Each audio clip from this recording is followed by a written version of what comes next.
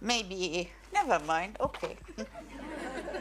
I love hard chairs, but I can manage, okay. You can manage? Yeah. Is Millicent going to do her thing? Yeah. Good evening, everybody. Welcome to the Frontline Club. My name is Millicent. I'm the programme editor here at the club. It's a real delight to have Nawal El Saadawi back with us. She was last here, I think, about 4 years ago.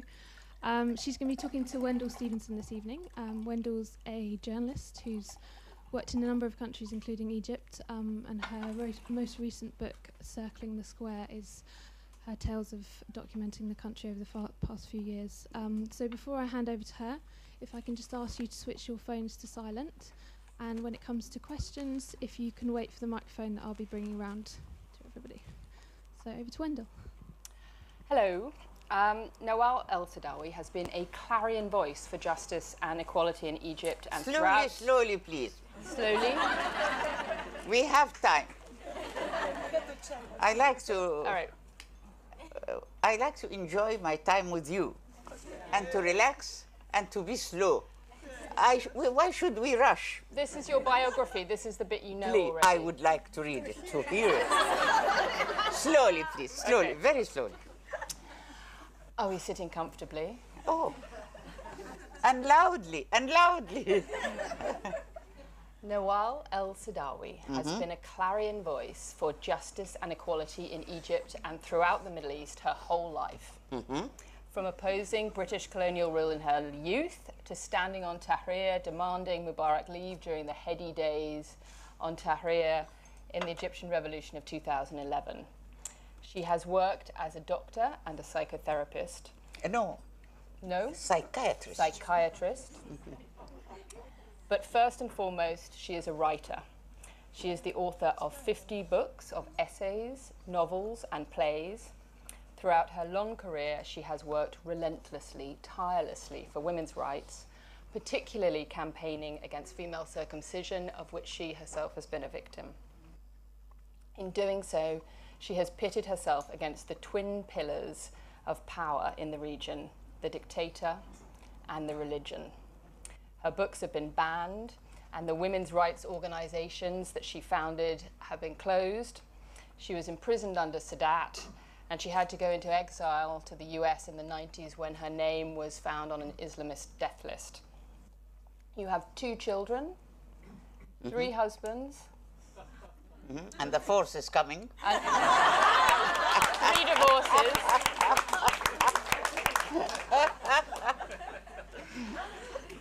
So, as Millicent said, I spent a year and a half living in Cairo reporting on the revolution and its aftermath, so I am thrilled and delighted to be chatting to Nawal today, so thank you for coming. I've got lots of questions. We're going to talk for about 45 minutes, and then we're going to put it out. How many for the audience? How many minutes? 45 minutes for us and 45 minutes for the audience. Exactly, Is that, like is half that and half half. and half? Equality, yes. So tell us about Egypt under Sisi. Is it better? Is it worse? Is it the same? Has it changed? How do you feel about the atmosphere there now? Well, I like to speak about Egypt, and I like to speak about this country, and I like to speak about the United States, because Egypt is part of the world. I cannot be critical of my country without being critical of the global system. And the revolution in Egypt in 2011 was everywhere. In fact, Tunisia started, then Egypt came, then you had Occupy Wall Street, and I went there. I was in New York, and then here in London, I joined the St. Paul movement. And I was in St. Paul, and they gave me a present. It's called, instead of St. Paul Square, they called it Tahrir Square. So they changed the square. So I cannot speak about Egypt or revolutionary Egypt separate from the world, from the whole world. Why? Or I cannot speak about Islamic fundamentalism or Muslim brother, etc., or Salafi, without speaking about Christianity, Judaism, and Buddhism. But do you feel that the revolutions and that contagion of opposition and excitement from 2011 did it die? Did it go underground? Was it defeated? What happened? I have a problem with the accent. Is it American or British? Your accent. It's English. It's English. Make it American. Mostly, right. Or Egyptian, a little bit Egyptian. A little I bit have a Egyptian. problem with the British accent. Yeah, well, we'll not go into why. Please, yes, and clear, because I can't get your words well, because my mother tongue is Arabic. It's not English. So please, speak clearly. What did you say? What happened to the promise of the Arab Spring? What happened to that energy of revolution? Well, who aborted our revolution? Who? United States. It's global and local powers. Who created this Islamic Daesh? Who? Global and local powers. Who created Qaeda and Bin Laden? Usually I say George Bush and Bin Laden were twins. I say Obama and Daesh are twins. Sadat, Reagan, and the Muslim brothers work together. So in fact, we need to link. That's my work, all my work in relation to women or female genital mutilation. Linking female genital mutilation, sexual oppression of women, to global politics, to capitalism, to class, to race, to religion. That's how I look to the problem. So the Arab Spring. Was it a matter of the deep state, what they call in Egypt the deep state, the forces of reaction? What's the deep state? The deep state, it's the army, the bureaucracy, the powers that aborted that be. the religion? No, I said Revolution. global powers aborted the religion. You know, global powers are supporting Muslim brothers now. When I travel in the West now, I have a problem. Everybody tell me, how can you cope with Sisi? He's a dictator, There was a coup.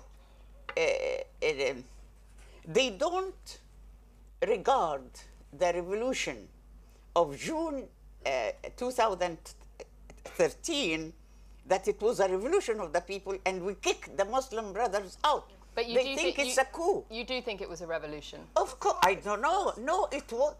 How can you judge? What's the difference? That's what makes me really amazed.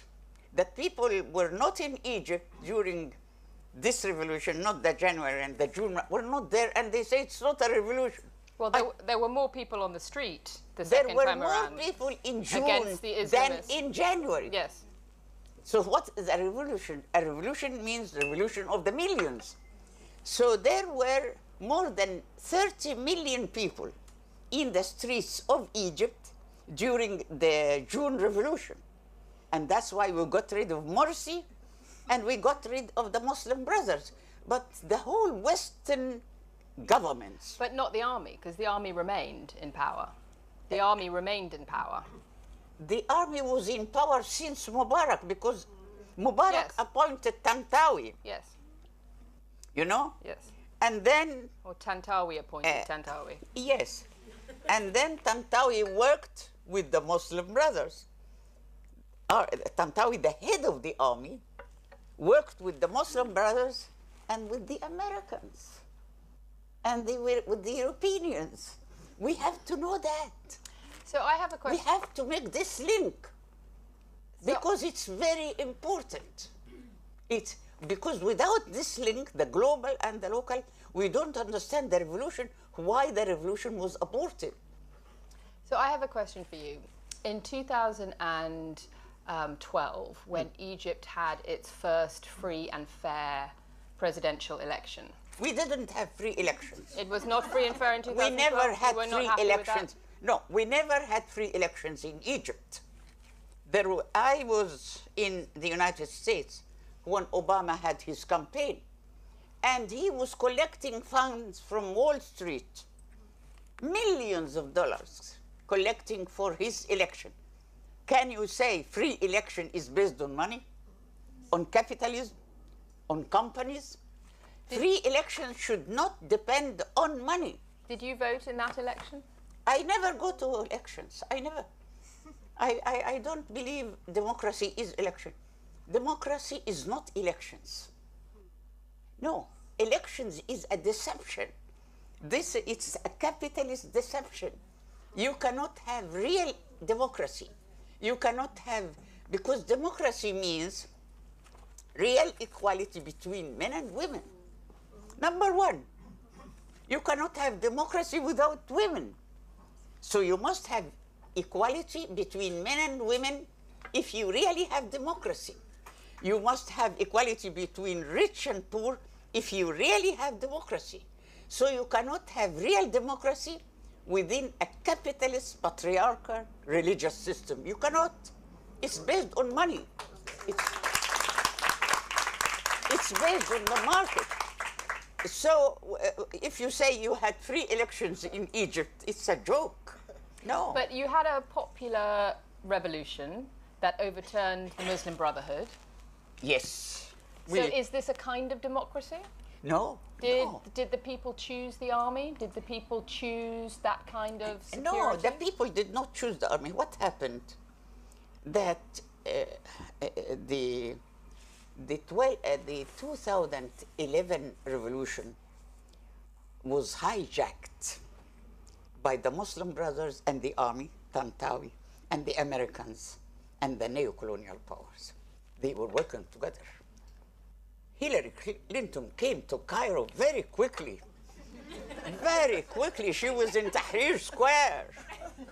Hillary Clinton, why? She was in the Four Seasons, I remember. Why? Why she came so very hurriedly to Tahrir Square, speaking about the revolution? So the Americans were in Egypt all the time, working with Muslim brothers and with the army. You know, the army in Egypt receive a lot of funds from USA. They receive a lot of funds. I think it's 1.6 billion Exactly. a year left over from the Exactly. Camp David Accords. It's the sort of thank And you I am for against peace that. on the, I am on the against Israeli aid. border. I am against military aid. I am against any aid. Usually we say fair trade and not aid. So what happened to all of us, because all of the Egyptians being idealistic on Tahrir? Egyptian who? Egyptian? What happened to the spirit of Tahrir? What happened to that idealism? It's Where still there. It's still no, there? the spirit is still there, and it's growing. How do you see it? It's growing. I see it in Nawal El Saadawi Forum. Yes, I am surrounded by young people from 17 till 40, hundreds of young. This is a new phenomenon, cultural revolution in Egypt, by young people who were in Tahrir Square. And I never dreamt that in my life there will be what's called Nawal El Saadawi Forum. I never dreamed. I was always in prison or in exile or at home, isolated or something. But the young people in Egypt, the Tahrir Square young men and women, to establish what they call Nawal El Saadawi Forum and to discuss my books, even my books that are banned in Egypt, they discuss it every month. And they invite me and I go there. So the spirit is there. Do you think the revolution allowed people to challenge authority? Of course, Did that open something, crack yes. something? You know how many people criticize Sisi? I write in Al Haram, I write in many newspapers in Cairo, and I criticize Sisi. If he does something wrong, I say, no, this is wrong. It's not me. Many writers, young writers, they criticize Sisi, but they are not considering him, as here in the West, a coup d'etat. No, they consider him a very, the army, when you said that the army, you said a word in English. What did you say? That the army came to rescue us or something? I didn't think rescue is not a word. I think Yes, something. what happened? That they took over. They've remained the strongest political power in Egypt since Nasser. Of course. I tell you what. When the June Revolution, we were in the streets, more than 30 million. And the army was reluctant. In fact, Sisi was very reluctant to support the revolution of June. And people were crying and saying, we need the army. We need the army. So at the end, the army came to the rescue. The army came to, not rescue, to support the revolution against the Muslim Brothers. Are you worried about the clampdown on the Muslim Brothers? I am worried about that. That the Muslim Brotherhood has been banned, that their leadership is under penalty of death, they've been sentenced to death? I am against death penalty. I am against putting anybody in prison. I am against all that. But I am against a religious state, Islamic or Jewish or Christian. We should not have, we must have a secular state. Women, we cannot have equality between men and women or between the poor and rich in a religious state, whether Christian or Islamic or Jewish or anything. Because women are oppressed in all religions, in all. And whenever you have a political party, based on religion, a religious state, you cannot have democracy and you cannot have equality between men. That's why I'm against the Muslim Brothers. That's why I'm against the Jewish state in Israel.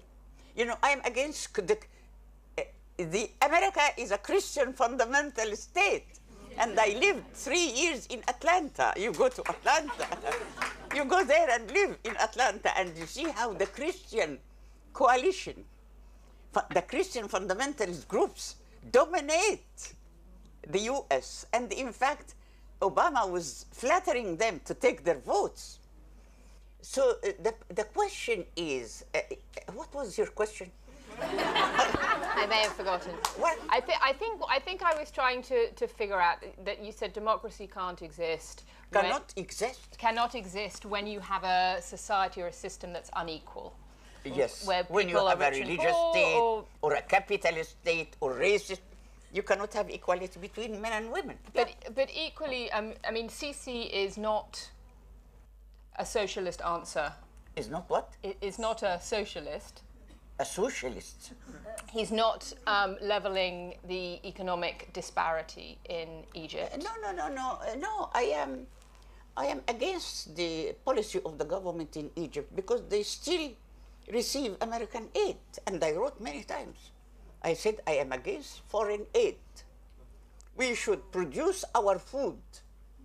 We should be economically independent.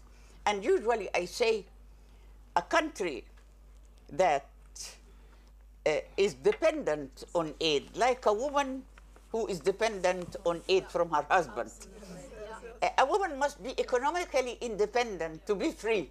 Any country, like any woman, must be economically independent to be free. So I am against the policy of the government in relation to aid.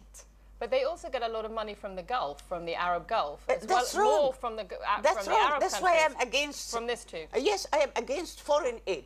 We should produce our food. Mm-hmm. But the problem is, since that,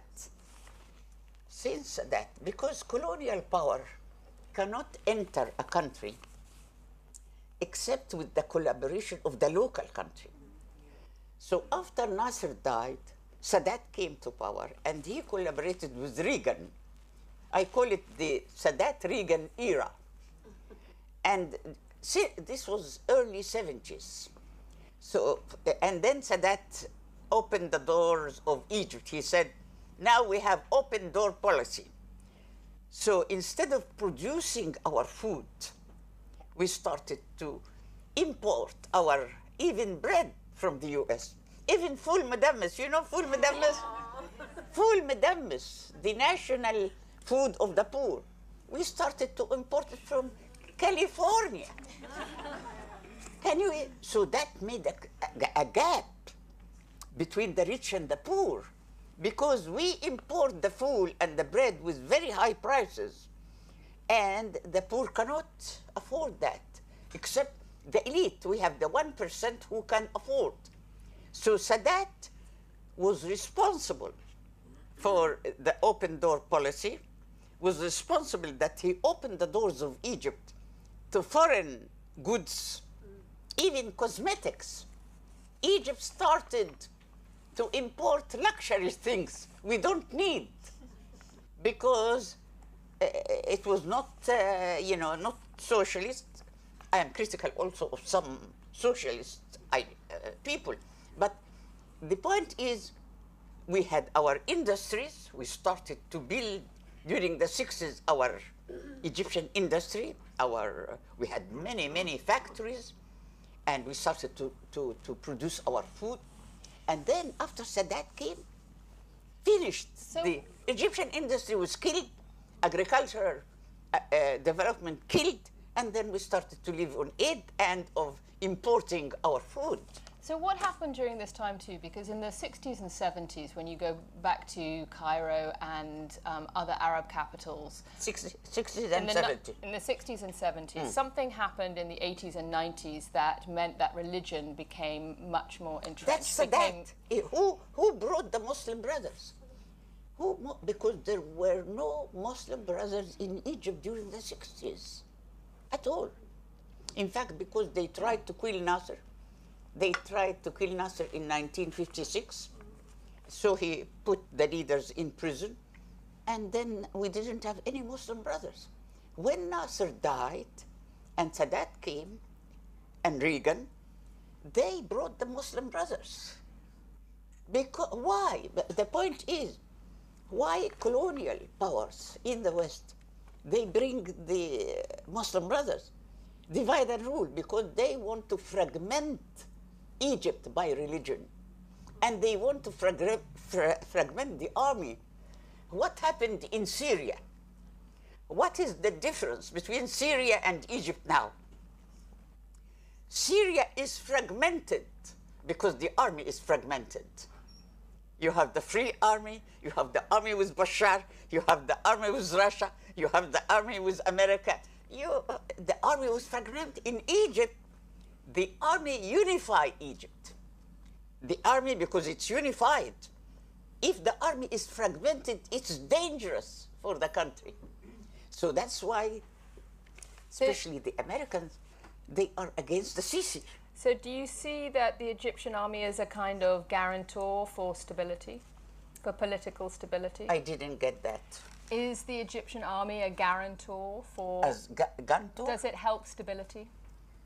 Does it help? Oh, yes, yes, yes. Unity. The army help unity and stability now. Because if we are fragmented, it's finished. We'll be like Syria. Or Libya on the other or side. Or Libya or Iraq.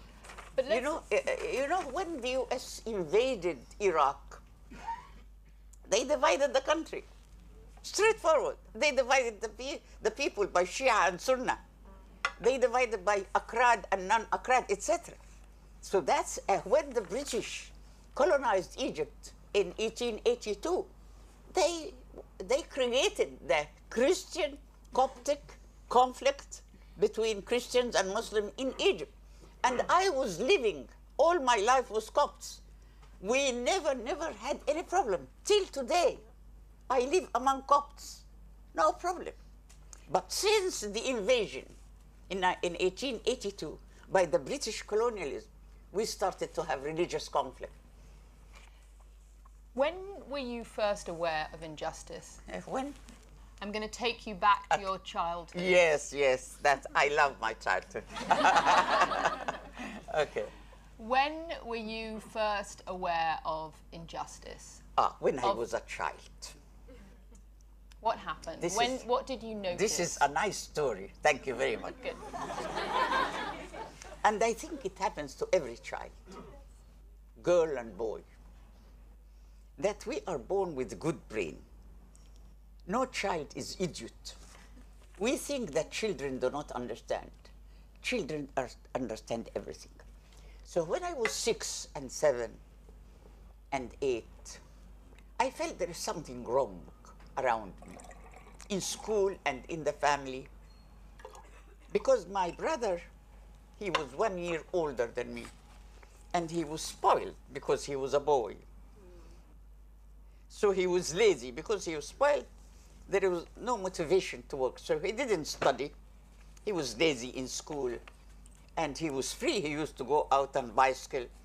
And I, the girl who was working at home and working in school, and I was so hard working and serious and not spoiled, I was not respected like my brother, and also received half during the Eid, received half al-masroof, what you call, half the, what when they give you money during the feast, al-adiyya, what do you say in English?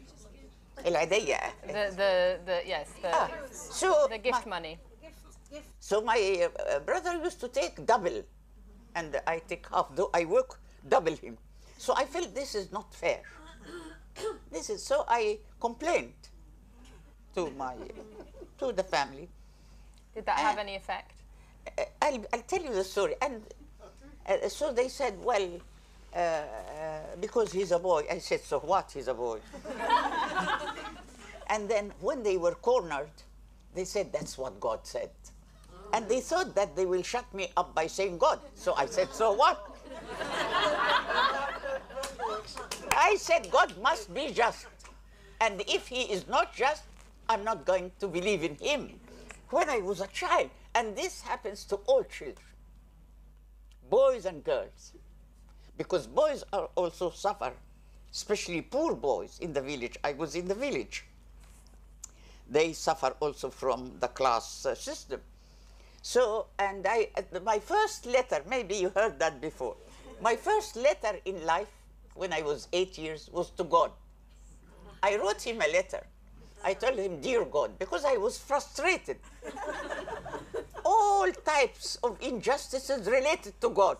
So I wrote to him a letter. I told him, dear God, you are supposed to be justice, as my grandmother said, because my peasant grandmother, she was a peasant, and she never read the Quran. So the mayor told her, you are not good Muslim because you didn't read the Quran. So she told him, who told you that that God is the Quran? Who told you? God is not a book. God does not come out of the printing machine. God is justice. God is justice, and we know him by our brain. أقولها بالعربي. قالت ربنا هو العدل. عرفوه بالعقل. So when I wrote my letter to God, I told him, my grandmother told me that you are justice, and we know you by our brain. So why you prefer my brother? Though he doesn't work and I work. And I waited I never got the answer till today. I never got the answer. How important were your parents and your mother in particular in giving you the confidence to question? My father, how their attitude. Mm-hmm. Well, when you were complaining and being frustrated. In fact, I was lucky, I have to say. Of course, they tried, because in the village, all the girls at that time, they married them when they were 10 years. Most of the girls, my cousins, married. So they tried to marry, maybe, did you read my autobiography? Yes. Anybody who read my A Daughter of Isis? Yes. Awraqi Hayati. I wrote about that. So they tried to marry me off my father and mother, though they were progressive. But this was the trend. But because I was very good in school, then they started, and my brother was not good in school. So they started, I was lucky to have a stupid brother. Really, usually I say, because if my brother was intelligent and working very well in school, they will forget about me. But what happened, that the dreams of my father and mother shifted from my brother to me. And they started to dream of me as being a doctor, a writer, because I was good. and they forgot about marrying me. So I was lucky. I was lucky to have a brother who was not successful. You know, it's something like that. But anyway, I wrote, you asked me about injustices.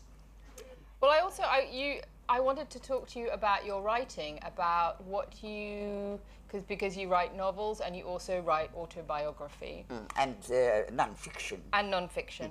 And what are the differences for you? What do you think connects or makes the difference or makes the point that you want to make with your audience? What are the different strengths and... In fact, when I was in exile in the US and in other countries, I started to teach what I called creativity and dissidence, the relationship between being creative and being dissident. And I was teaching also different courses like fiction and non-fiction writing. I do not separate whatsoever between fiction and non-fiction. I do not separate between the physical and the psychological or spiritual. They are one. I do not separate between writing an autobiography and writing a novel. In fact, many writers, they hide themselves in a novel so that they don't show that this novel about them, or they make themselves one of the characters in the novel. But it's the same, no separation whatsoever. Is there a difference in people's reaction to you? Yes. Through novels or through autobiography? Because you've talked about a lot of things in your life, like being circumcised, like abuse and so forth, that are really taboo and difficult subjects in Egypt. Well, I link in my fiction and non-fiction, I link female genital mutilation with male genital mutilation. I am against cutting boys also with politics and economics. Female genital mutilation is not a sexual problem only. Women's oppression is not a sexual problem only. Sexual oppression is not separated from economic oppression, from religious oppression, from political oppression, from social oppression. They are linked, and this linkage is very important to understand the roots. To be a radical feminist, who attended the conference of feminism in London? You were there. Did you listen to me?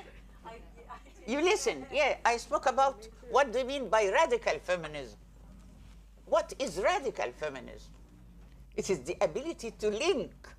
It's the ability to go to the roots of the problem. How can you go to the roots of patriarchy without linking sexuality to economics, to religion, to all that? So that's radical. That means radical. Do you think that your personal example of talking about some of these issues and struggles has a greater effect on an audience than talking about them in essay form, no, in it academic depends. form? It depends. When you write, tell us about some reactions to your books from men and who women came in to the me Arab world? today and told me that she read Woman, just today, Woman at Point Zero. Yes, please come, help me, come, help me. Tell me, what did you feel? Because she just read Woman at Point Zero. I did, yes. Come. God, I wasn't expecting that. It moved me in a way that I wasn't expecting, because even though my life has nothing to do with what Firdaus goes through, it spoke directly to me as if my life had everything to do with that, in a way that there's an anger and a positiveness and all the contradictions and juxtapositions that women in capitalist sexist society go through are expressed in a relatively small but absolutely perfect novel. And I'll gush and gush over it over and over again. But I hope that gives it a correct description of what I was explaining before. And she reminded me of my students in America when they came to my class, because usually for the class of dissident and creativity, I asked them, why did you join the class? They said, because we read Woman at Point Zero. And what happened?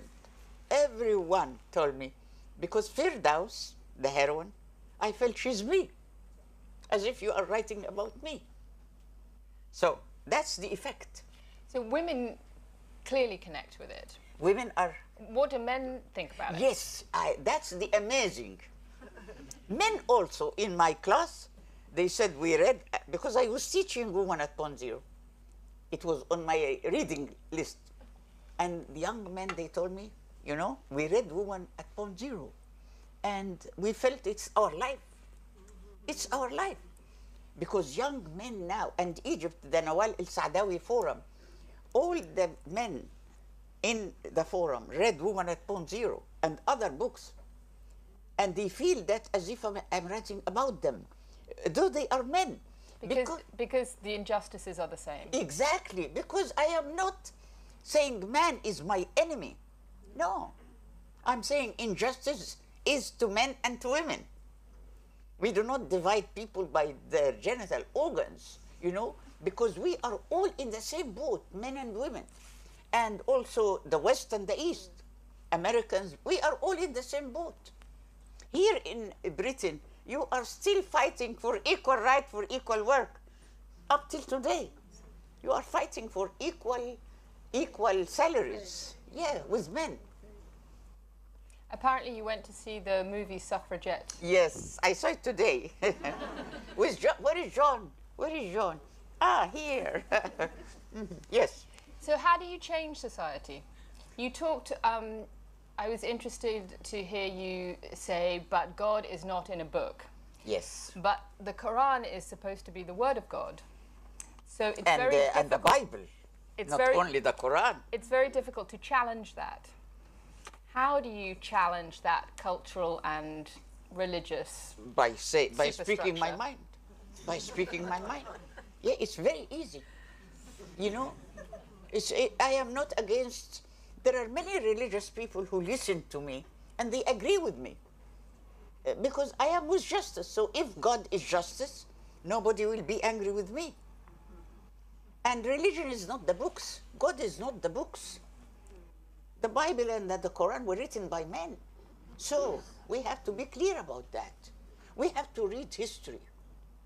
And we need to be clear because people are very afraid to criticize religions, especially in our region and here also, and even in the United States, you know. But not like Egypt, of course. Everything is relative, yeah. You're very critical about the West and intervention in the Middle East. Mm-hmm. What do you think their role should be or could be? Do you think they should just stay out of it altogether? The West should stay out. Do you think they have some role to play in Syria or in Iraq or in ameliorating? The West, well, number one, we need to decolonize the language. The minute I hear Middle East, I feel tense. Usually I say middle to who? We were named Middle East by British colonizers because Egypt were middle to London. And India was named Far East relative to London. When I come to London, I say I'm coming to the Middle West. Which is different from the Midwest. Yes, exactly. I think we should be sure. When I go to the States, I go to the middle, to the far west, like India. And people laugh because colonial language is ridiculous. So the word Middle East is ridiculous to me, or third world. Who is first and who is second and who is third? This hierarchy, it's an insult to me when somebody say Nawal El Saadawi is a third world writer, you know. So do you think the most important change for the West would really be the way The they West, culturally engage, the way they talk about it, the way they think about? You asked me about should the West go out. No, we should live together. We should have equal exchange based on equality. Nobody teach anybody. Because feminists tend, when I went to the United, I met Gloria Steinem and Robin Moore, they wanted to teach me what is feminism. So I said, no, I'm sorry, I'm sorry, we need equal exchange. You teach me, I teach you, because my experience is different. So the same with the West. The West should not colonize the East. The West should not teach the East. The West should not take the oil of the East. Every country should depend on our resources and produce our food, etc. So we become independent, and then we communicate equally. But I am not against most. My friends are in America, in New York. I just told her I love New York City because it is the company. I love the company. So I have many friends in America who are against the American government. I have many British friends who are against the British government.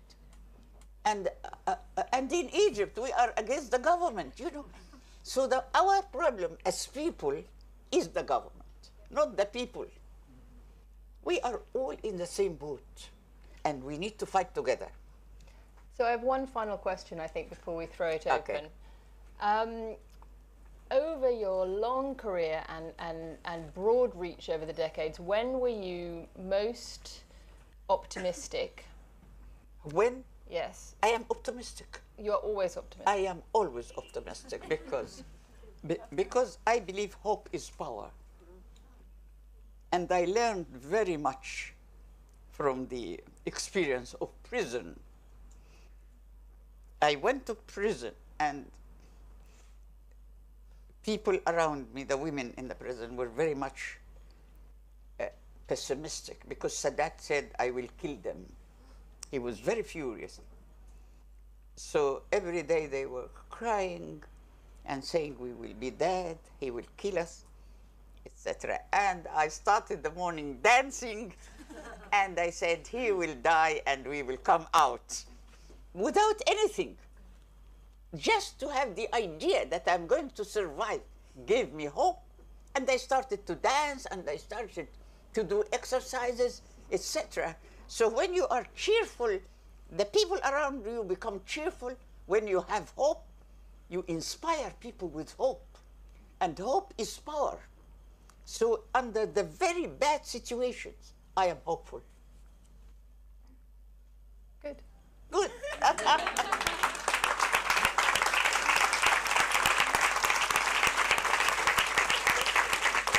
Okay. All right, it's now your turn. I think Millicent's going to bring around Question, the yes. microphone. I would actually just like to offer my chair. Would you prefer this chair because it's harder? No, I'm all right. Oh, you're all right. Okay, that was my only I am question because I alright, thought maybe your back is Do hurting. you need the mic? No, for the others. I am speaking without. I have a mic here. Okay, okay. Would you like to stand here and talk to them? Come. No, it's okay. You want to ask question? Yeah, the Come here. And stand here. Okay, wait. Uh, For me. Okay.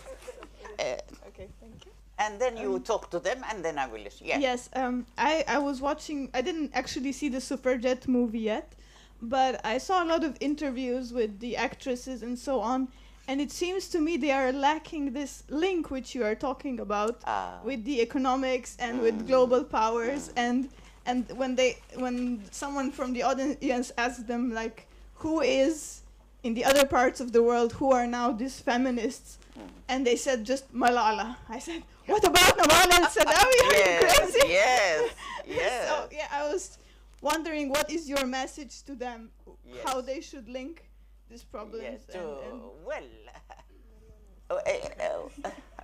You just, and Malala, they gave her the Nobel Prize, and she was everywhere. You know, the U.S. power, and the Nobel Prize. The Nobel Prize is affiliated to the global powers. Yes. And I was nominated for the Nobel Prize several times. I never got it. Never. And I will never get it. I don't care. My only prize, when I meet readers, a reader, a woman or a man, and tell me I read your book, and they changed my life. That's my only prize. It's not the Nobel. But if I come to this phenomena, how global powers, capitalist, global powers, create stars, manufacture stars out of nothing. And the Nobel help in that. So what I don't talk to them, in fact. I write my books, and if they want to read it, okay. But I don't talk to them. It's useless, because it's not a matter of talking. It's a matter of interest. Those global powers are capitalist, and they care about the market, about the profit. They don't care about ideas. They don't care about writers or novels, or they consider us marginal. They consider us stupid because we are not for money. I am a poor woman, you know. Can you imagine? I have 56 books translated to 40 languages all over the world, and I'm still poor because I don't know how to bring money. I lose money. I can lose money, but I cannot bring money. Okay. Okay. Any other question? Few years ago. Please come here. Yes. Come here. Anyone? No, I have to see your face. Thank you. Thank you. Few years ago. Okay. Come here, please. Come. No, I have to see your face. You know, in Egypt, we have the women with the niqab. Yes. So the government. Okay. We can have. Okay, we can have a chair for you. Thank you. No. I'm just going to speak here. Thank you. A few years ago, Nawal was here at the preparation. Bring a chair. Because I want you to relax. Oh, انت حازم ازيك. Bring a chair, because some people will come to talk. Okay. Any chair? Yeah, all right. Yeah. Can I just start? Bring a chair, because I want everybody to come here and talk.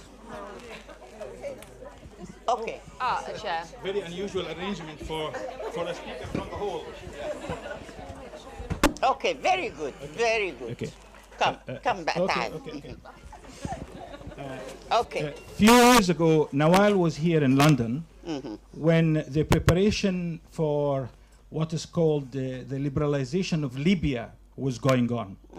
And she was so brave to speak here loudly and clearly against the what we consider in the Middle East a colonial campaign to destroy Libya. The result of what happened in Libya was the destruction of the very fabric of the Libyan society. Nawal is here today speaking also bravely in support of the changes that happened in Egypt. If she was preparing to get the Nobel Prize, she would have adopted the line that is adopted by The Guardian and many similar newspapers here against what is happening in Egypt. The reality is, what's happening in Egypt is the revolution of women. Women in Egypt has revolted against the Muslim Brotherhood. I heard the lady here asking Nawal, are you worried about the exclusion of the Muslim Brotherhood? The Muslim Brotherhood is similar to the Nazis. Can one ask, is it possible, are you worried about excluding the Nazis? Political Islam is part and parcel of a fascist stance against women, against the cohesion of minorities in societies.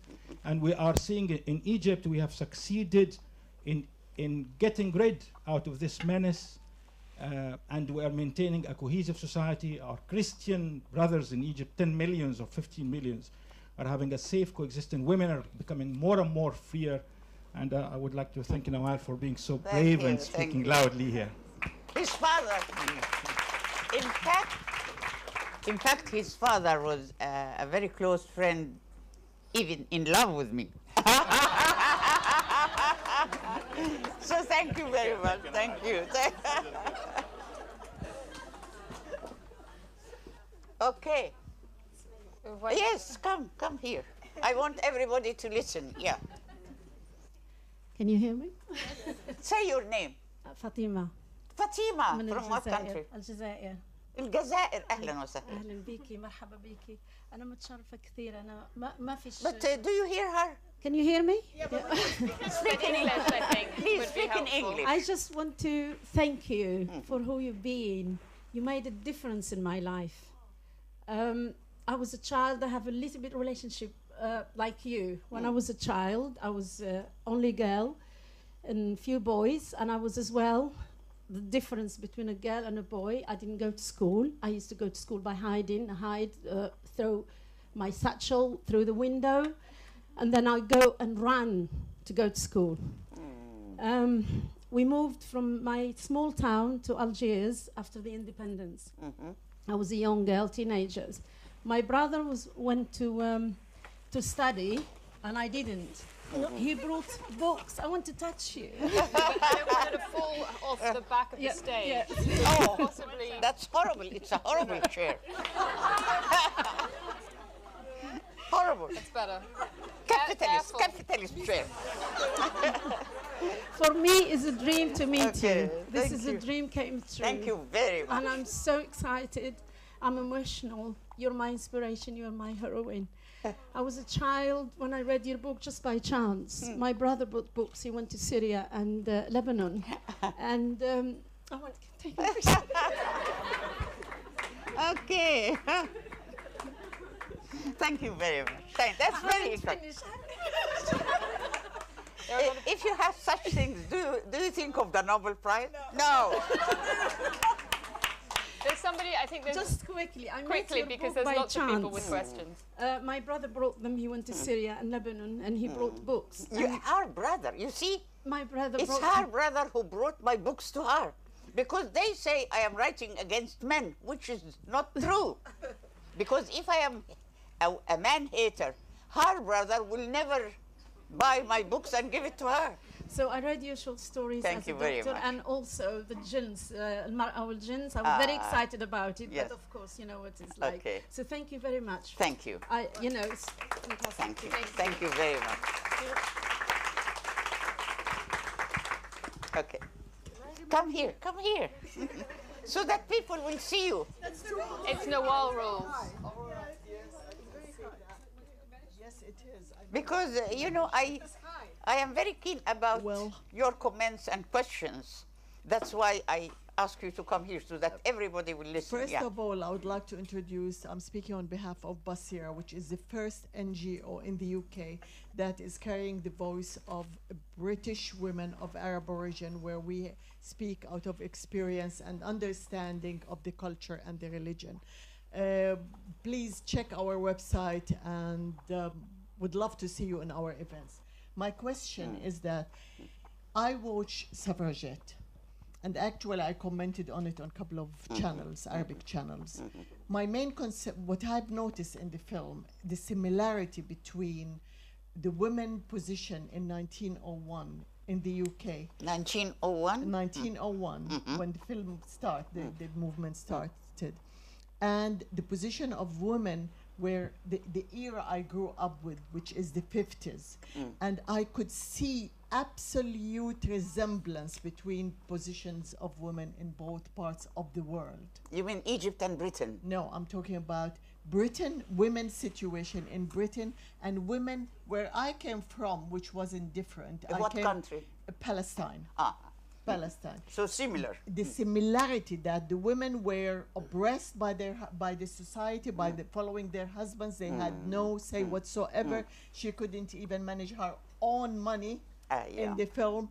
It's exactly the same thing. And the difference the only difference I have seen is that the British woman could manage to get out to work because she needed the job, while women in the part I came from, they were working from home, helping the economy. Now, in a span of, let's say, 50 years or 60 years, we can see the huge gap between women in the Middle East and women in the West. In particular, it's not perfect, but at least there is a huge gap. While women in the Middle East, they went backward, and they are still struggling for the simplest rights. And you can see this completely in the family status law. You know, the discrimination that is embedded in the system. In the family code. in the family code. قانون Yes. الأحوال الشخصية. أيوة, polygamy and all that. Now, in your opinion, okay, which matters a And great you say deal. the gap between women in Britain and in Palestine and in Egypt. In the Arab world, in the all the Muslim Arab world. world, A big in gap. general. A big gap. Of course it is. I mean, you can see that, and I mean, No, okay, we but don't anyway, get fooled okay. by dressing European Okay. style. I mean, we look in the society and we Okay. see the legal Okay. system. What's Okay. the question? The question is, number one, what is the biggest obstacle that is facing women in the Arab world, in the Middle Eastern world, that they cannot go through? Is it culture? Is it religion? Is it society? Is it what is it? And how long do you think the woman will it will take to Okay. to reach Okay. to a reasonable Thank you. and get justice? Okay. Thank you. Very good. Thank you very much. Number one. I saw the film. And I agree with Ahlam. I agree with her with some, but I don't agree with all what she said. She said that British women here in 1901, they needed to go to work. But a lot of Egyptian women work. Many women were working. My grandmother was working in the field. How you define work? How do you, because the women were working all the time in the fields in Egypt. Very hard work. And not only Kanobibno, they were building. They were doing everything, and women working at home full time, day and night, without payment. So the point is, we have to be careful when we say women are not working. Women were not working in Palestine. They were, but let me But let me continue. Then you said that women in Britain needed her job, which is not true. In fact, women were. There is a difference in history between Britain, for instance, and Egypt. Women here were compelled by the government to go to the factories to work because men went to the war. Many men went to the war and were killed.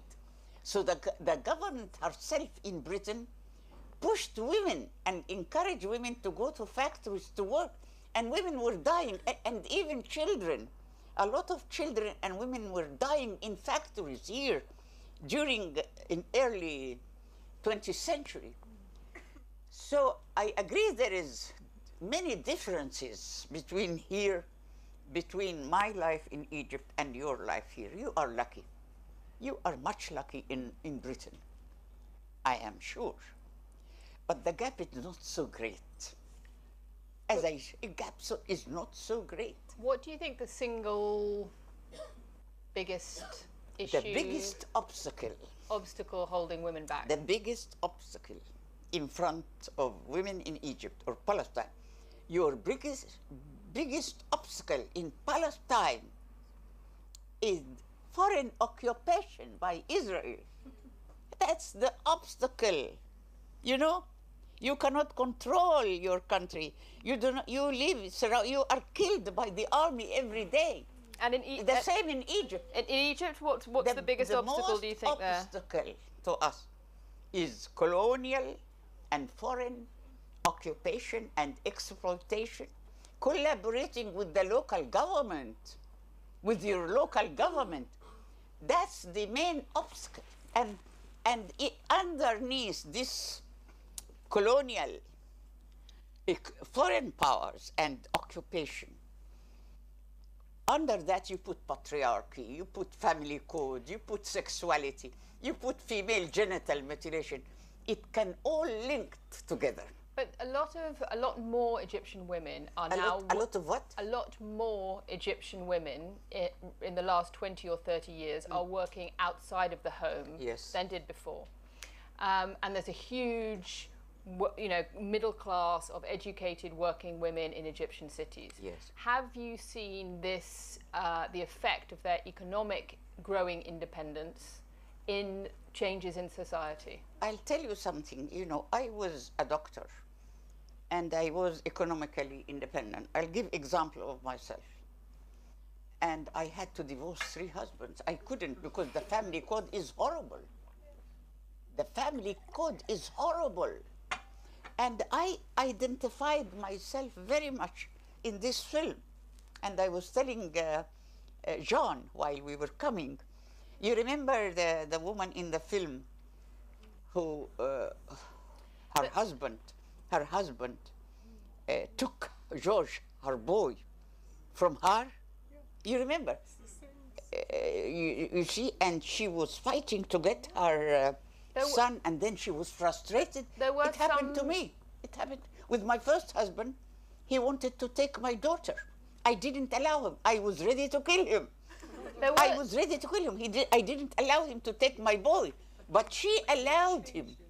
But there were changes, some small changes to the family law at the end of the Mubarak era in Egypt. No, here in Britain, but you still have patriarchy. But in Egypt too, there have been some changes, some small reforms to the Very divorce law. small, very minor.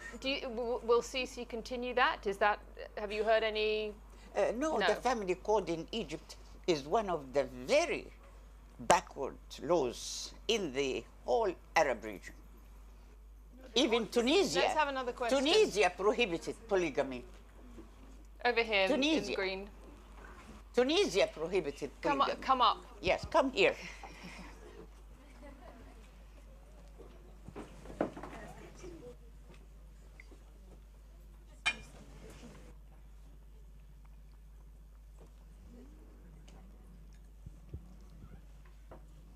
Sit here.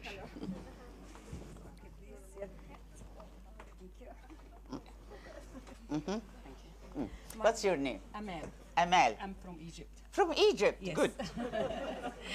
You mentioned that the regime there in Egypt now allows you to criticize, you and other writers, to criticize the regime. Yes, in all newspapers. Yeah, but I believe they allow you to do that because the majority of Egyptians don't write and read. The majority of Egyptians They don't write or read. They do not, they are illiterate. Yes. So do they allow you to say whatever you want on TV? That I can make seminars in the villages. You and other writers on television. To in the television. تنتقديهم يعني في In fact, التلفزيون. what is You are new, not allowed, I believe. I was censored Yeah.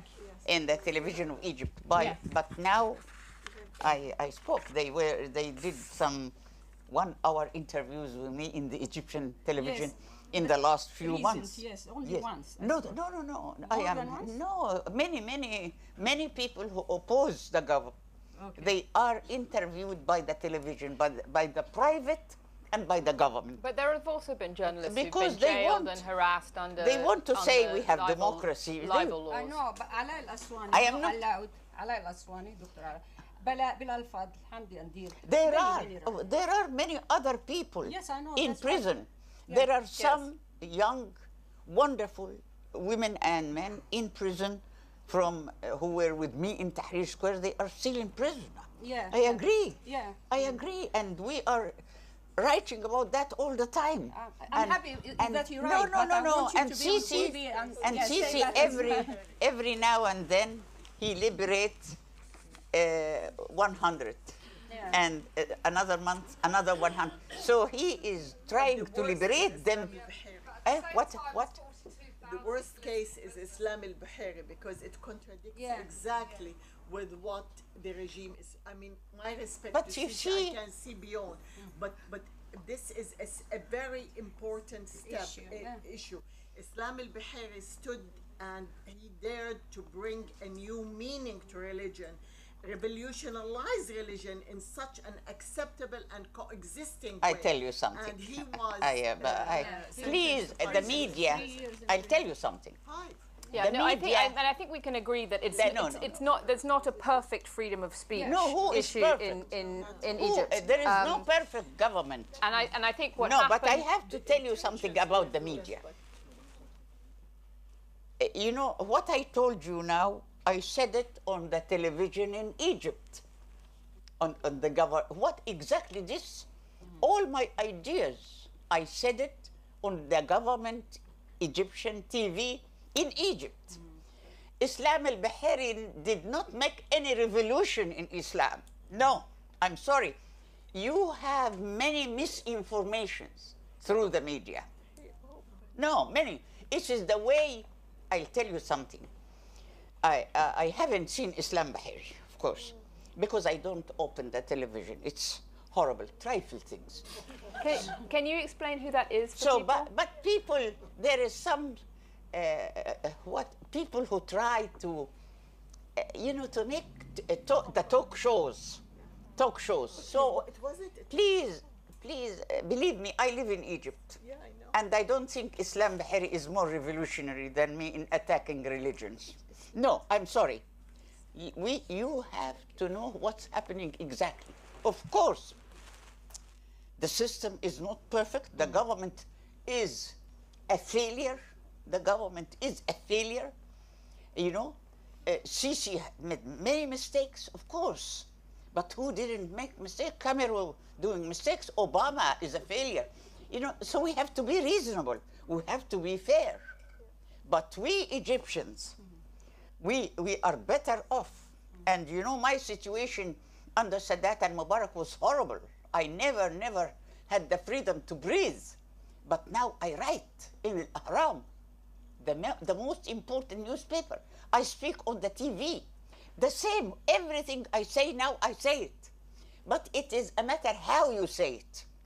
You can speak about sex without offending the people.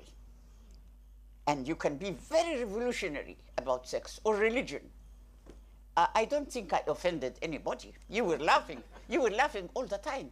So you must know how to criticize. But Islam al-Bahari, no, I'm sorry. And also be careful about the media, because the media usually exaggerate the faults of Sisi. They exaggerate. Yeah. Yes. Do we have another question? Do you come up, sir? Yes, we have. 60 years. Yes, I agree. We have to get rid of the military rule. After 60 years, it's a very long But time. It's after not we easy. pass the crisis, because now we need the unity of the army. Yeah. We need it now. Okay? Thank you very much. You've been Thank you. very kind. Thank you. Allow me. Thank you. Thank you very much. Okay.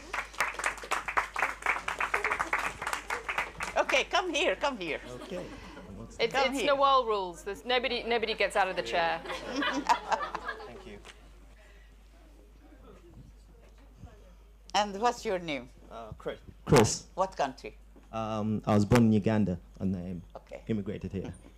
So my question kind of is similar to that because you. A little bit far. All right, cool. Like that, yeah. Well, you did mention that countries should be able to basically take care of themselves Yes. and be independent. Yes. But what about those countries that are not necessarily do not necessarily have the leadership in position to actually do that for themselves? I speak from the experience of actually coming from a country where our president, who has now passed a long time ago, Ghana.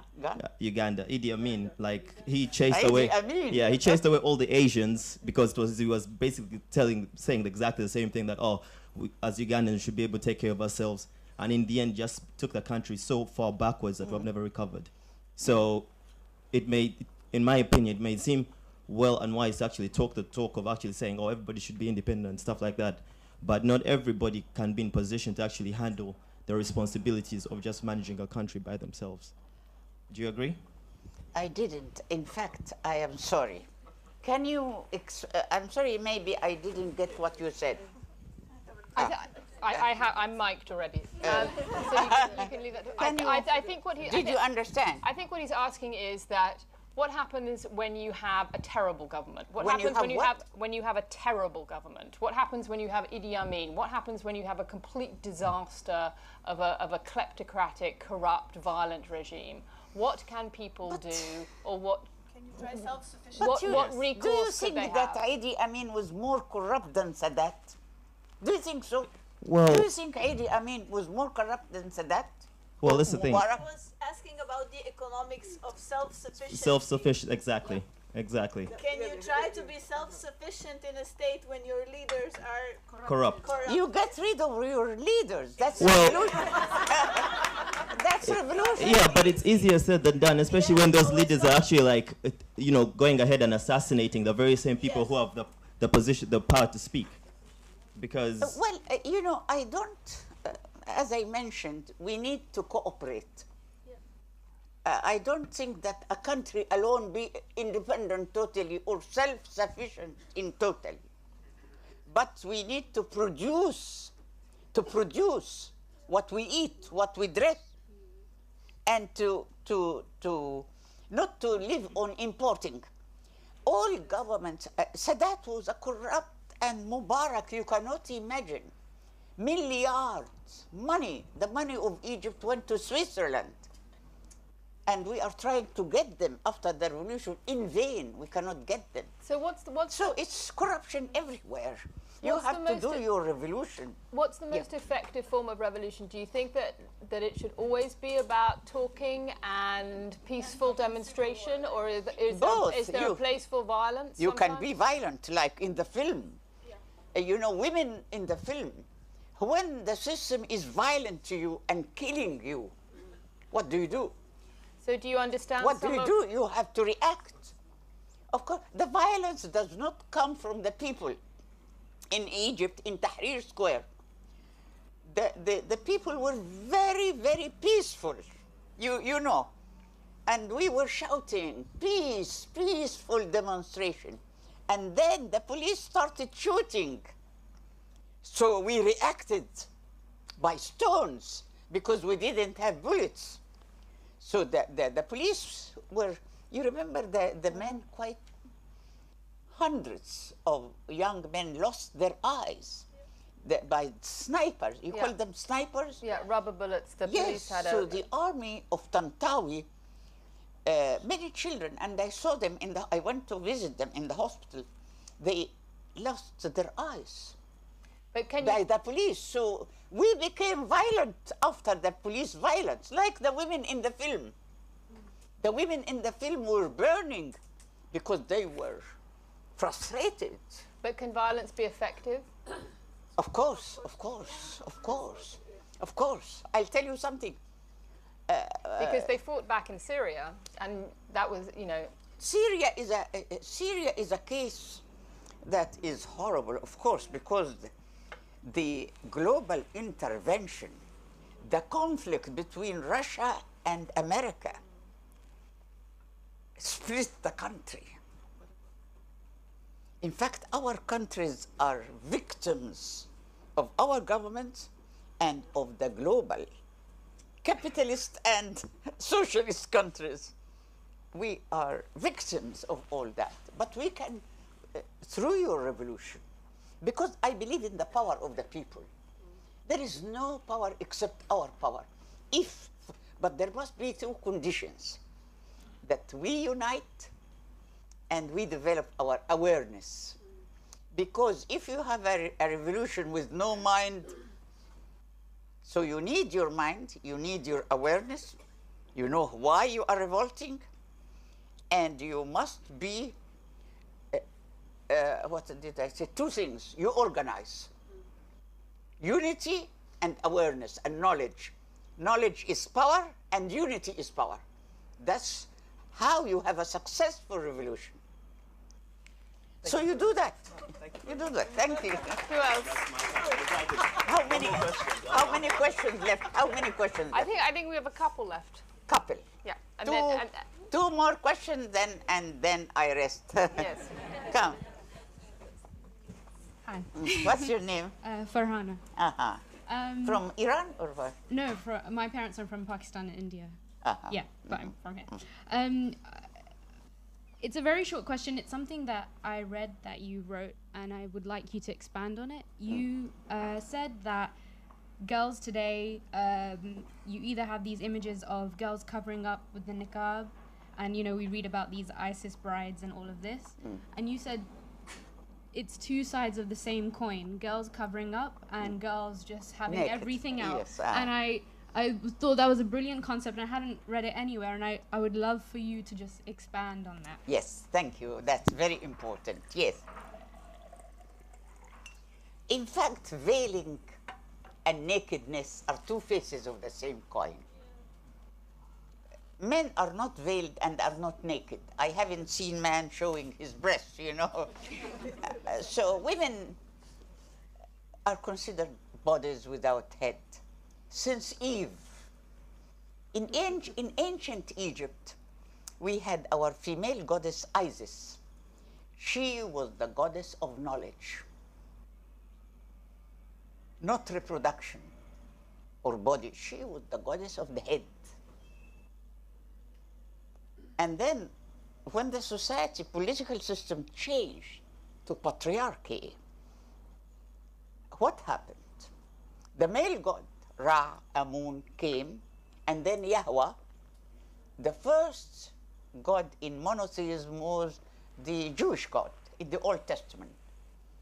And then Isis, the goddess of knowledge, became Eve, the sinner. And sinner, why?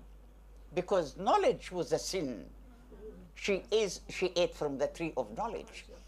So you see how women became, that's the origin of the veil and niqab, how women became not a complete human being, not even a goddess. They became just a body without a head. So women should hide our head. Hiding the head and the veiling, in fact, started in the Old Testament by Eve, because Eve became a sinner. Now we come, so the veil has many, many kinds. We can have a veil with this, like that, niqab or hijab or kada. And we have what I call postmodern veil. We have a postmodern veil, the makeup. When women hide their features, when I hide my face, when I hide with powder, it's exactly like when I hide it with a cloth. Why should women hide their age? Usually I say, I love my wrinkles. I'm proud of my wrinkles, you know, because every wrinkle has a story. Why should I hide my wrinkles? So women are pushed either. They are considered body without head.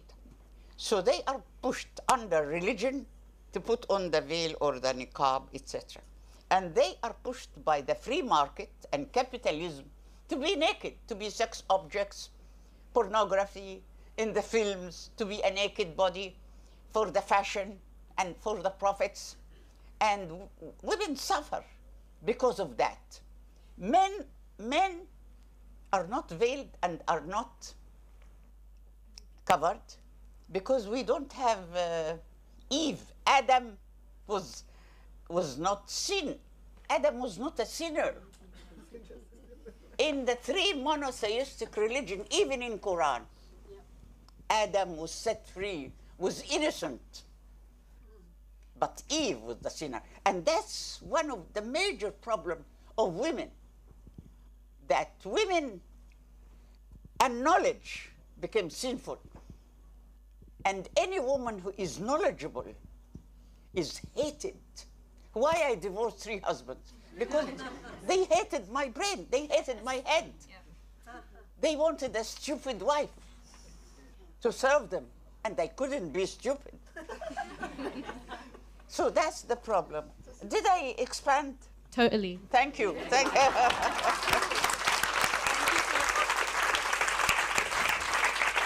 Last question. Is there one more? One more. Is there one more? There is not one more. You get a drink early. No, I would like to ask. Oh, I don't speak very well English. Come. No, this is so hard. This is Come so hard here. for me. Mhm. I have some problem with my muscles, so it is take care. really. No, I am coming from former Yugoslavia. I was from Slovenia, and when I was a child, we have one of the biggest friend was Nasser. So Nasser, yes. This was Tito and Nasser. Yes, this was a non-alignment movement. Yes. Nehru, Tito, and Nasser. Non-alignment Non-alignment, yes. movement. So I'm asking you, what do you think about Nasser? Was he really so good? I was told he was a hero. Okay. With religion, what was he doing with religion, for example? What did he do with religion? Yes, what did he do with religion? Nasser. Yes, yeah. Well, and of course, yes. And the family code, let's say. And no, Nasser did not change the family code. And Nasser was a conservative man from the army, but he loved Egypt. And he had some socialistic ideas. You know, under Nasser, many of the socialists and Marxists were in prison. My third husband spent 10 years in prison, and also the father of Hazm. Where Hazm? The father of Hazm. The father of Hazm was a friend also of my husband, third husband, and they were Marxists, and both of them spent 10 years under Nasser in prison. So Nasser was a dictator. What for? A dictator. He was a dictator. Why they were in prison? She's asking why. They were in prison because they were accused of being Marxists. They were accused of being Marxists. So and also not because because some of them were Marxist and didn't go to prison. In fact, because they opposed him. Nasser put anybody who opposed him in prison. If Nasser stayed for some more time, he could have put me in prison and put anybody in prison because he couldn't tolerate opposition. But he loved the country. He was honest, and really he did a lot of fighting for the working class and for the poor. And also he helped in giving the vote to women. In 1956, women won the vote, but not because of Nasser only, because women were fighting in Egypt for the vote for decades.